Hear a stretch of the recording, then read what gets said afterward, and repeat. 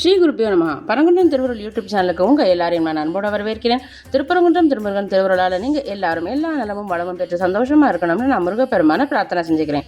உங்கள் எல்லாருக்கும் என்னுடைய நவராத்திரி நல்வாழ்த்துக்கள். நம்ம இந்த நவராத்திரிக்கு சப்த மாத்ருகா கணங்களை பற்றி ஒரு சீரியஸாக பார்க்கலாம் அப்படின்னு பகவானோட அனுகிரகத்தாலையும் உங்களுடைய ஆசீர்வாதத்தாலையும் நான் முயற்சி பண்ணலாம்னு இருக்கேன். முதல்ல சப்த மாத்ருகா கணங்கள்னா யார் அப்படின்னு பார்க்கலாம்.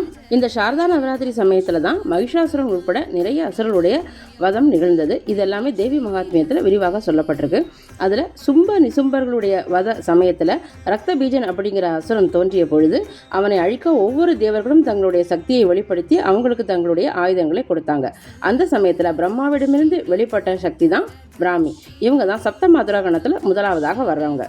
பிரம்மேந்திர பாஷ்யாதி கதேவ சக்தி கோட்யோரணம் சக்ருரராதி சங்கைஹி தத்சங்கரம் வர்ணயிதும் ந சக்தஹ சகஸ்ரஜிஹோபி புனఃகிமன்யே அப்படின்னு தேவி நாராயணியம் இந்த சப்த மாத்ருகா கணங்களுடைய அவதாரத்தை பற்றி தெரிவிக்கிறது. அக்னி புராணம், மச்ச புராணம், தேவி புராணம் போன்ற புராண நூல்களையும் அம்சுபத் பேதாகவும் பூர்வ காரணாகவும் போன்ற ஆகம நூல்களையும் ரூபமண்டலம், ரூபாவதாரம், விஸ்வகர்ம சாஸ்திரம் முதலான சிற்பசாஸ்திர நூல்களையும் சப்த மாத்ருகா தேவிகளோட உருவ அமைப்புகள், ஆயுதங்கள் முதலானவை சொல்லப்படுகின்றன. அநேகமாக எல்லா சிவாலயங்களிலுமே நீங்கள் இந்த சப்த மாதர்களுடைய சந்நிதியை அந்த ஆலயத்தினுடைய திருச்சுற்று, அதாவது பிரகாரத்தை வலம் வரும்போது நீங்கள் பார்த்துருக்கலாம். பிரம்மதேவருடைய சக்தி ஸ்வரூபமான பிரம்மாணி அப்படிங்கிற பிராமி தேவி அன்னத்தை வாகனமாக உடையவள். பிரம்ம அம்சத்துடன் கூடியவள். 4 திருக்கரங்களை உடையவள். 4 திருக்கரங்களிலும் அபயம், வரதம், கமண்டலம், அற்றமலை ஆகியவற்றை உடையவள். அகன்ற கண்களுடன் ஒளிவிடும் பொன்மேனியை திருமேனியாக கொண்டவள். அன்னக்கொடி, ஜடாமகுடம் கொண்டவள். பத்மாசனத்தில் அமர்ந்து ஸ்படிக மாலையை ஆபரணமாக கொண்டவள் தான் பிராமி தேவி. சில தோற்றங்களில் அன்னை சுகாசனம் மற்றும் வீராசனத்தில் கூட வீற்றிருக்கிறாள்.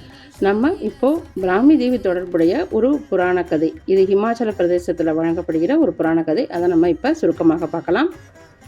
தேவபூமி அல்லது கடவுளோட பூமி அப்படின்னு அழைக்கப்படுகிற ஹிமாச்சல பிரதேசத்தில் உள்ளூர் புராண கதைகள் அப்புறம் பழமையான நம்பிக்கைகள்லாம் நிறைய இருக்குது. பிரம்மாணி அப்படிங்கிற இன்னொரு பேரால் வழங்கப்படுகிற பிராமி மாதாவுக்கு சம்பா பிராந்தியத்தில் இருக்கிற பர்மூரில் ஒரு பிரம்மாணி மாதா கோவில்னு ஒரு கோவில் இருக்குது. அந்த கோவில் கருவிலே சௌராசி கோவில் அப்படின்னு ஒரு கோவில் இருக்குது. இந்த இரண்டுக்கும் இடையான தொடர்பை விவரிக்கிற கதை தான் இது. இது ஹிமாச்சல பிரதேசத்தில் இருக்க சம்பா பிராந்தியத்தில் வழங்கப்படுது. சௌராசி கோவில் வளாகத்தில் தான் முதல்ல பிரம்மாணி தேவி தன்னுடைய தியானத்துக்கான ஒதுக்குப்புறமான இடமாக தேர்ந்தெடுத்து தொடர்ந்து அங்கே தியானம் செஞ்சுட்டு இருக்கிற சமயத்தில் புனித யாத்திரைகளில் சிறந்ததாக கருதப்படுகிற கைலாஷ் மணிமகேஷ் யாத்திரை, அந்த யாத்திரையை சிவபெருமானே செஞ்சார்.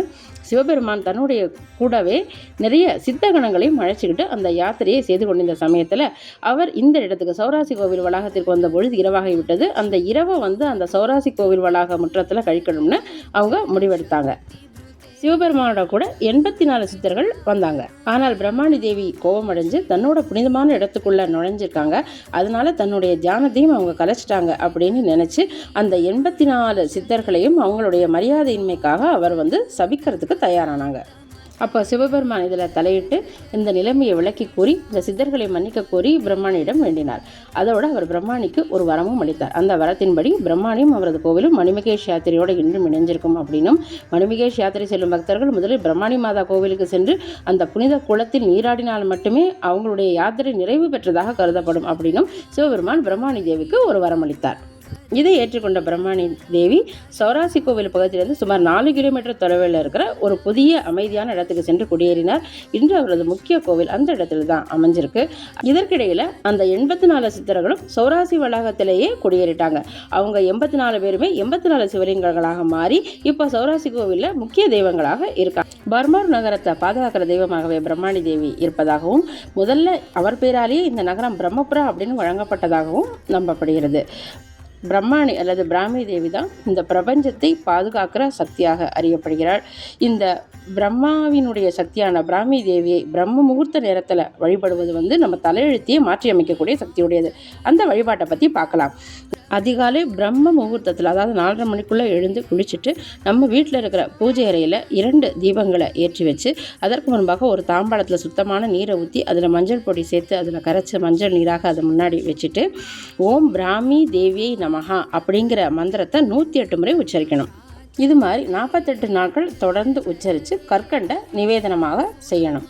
அதே போல் மேற்கு பார்த்த வாசல் இருக்கிற வீடு இருக்கிறவங்க அந்த வீட்டில் ஏதாவது தொந்தரவுகள் இருக்குமானா இந்த மாதிரி நிலை வாசலில் அதிகாலை பிரம்ம முகூர்த்தத்தில் விளக்கேற்றி அப்போ ஓம் பிராமி தேவி நமகா அப்படிங்கிற மந்திரத்தை உச்சரித்தபடியே விளக்கேற்றி வழிபாடுகள் செய்யணும். கோவிலில் சப்தமாதர்களில் இருக்கிற பிராமி தேவிக்கு மஞ்சள் பொடியால் அர்ச்சனை செஞ்சு கற்கண்டு நிவேதனம் செஞ்சு அங்கே வர பக்தர்களுக்கு விநியோகம் செய்யணும். இந்த மாதிரியான வழிபாடுகள் செய்யும் பொழுது கண்டிப்பாக நம்மளுடைய தொடர்ந்து துன்பங்கள் நீங்கி நம்மளுடைய தலையெழுத்தே மாறி நமக்கு வேண்டும் என்கிற வரங்கள் பிராமி தேவியின் மூலமாக நமக்கு கிடைக்கும். குழந்தை பேறு கிடைக்கும். கல்வி கேள்விகளில் சிறந்து விளங்கலாம். வாக்குவன்மை கிடைக்கும். தேவியால் கிடைக்கக்கூடிய வரங்களே இல்லை அப்படின்னு சொல்லலாம். அந்த மாதிரியான வரதானங்களை அம்பிகை நமக்கு அருள்வாள். இந்த வீடியோ நம்ம பிராமி தேவியை பற்றி பார்த்தோம். நம்ம அடுத்த வீடியோவில் இன்னொரு சப்த மாத்ருகா கணங்களுடைய சக்தியை பற்றி பார்க்கலாம். இந்த வீடியோ உங்களுக்கு பிடிச்சிருந்தா லைக் பண்ணுங்கள், ஷேர் பண்ணுங்கள், சப்ஸ்கிரைப் பண்ணுங்கள். கூடவே உங்கள் ஃப்ரெண்ட்ஸ் எல்லாருக்குமே மற்ற சோஷியல் மீடியா பிளாட்ஃபார்ம்களையும் ஷேர் பண்ண மறக்காதீங்க. கூடவே அந்த பெல் ஐக்கானையும் கண்டிப்பாக கிளிக் பண்ணுங்கள். உங்கள் எல்லாரையும் விரைவிலேயே சந்திக்கிறேன். நன்றி, வணக்கம்.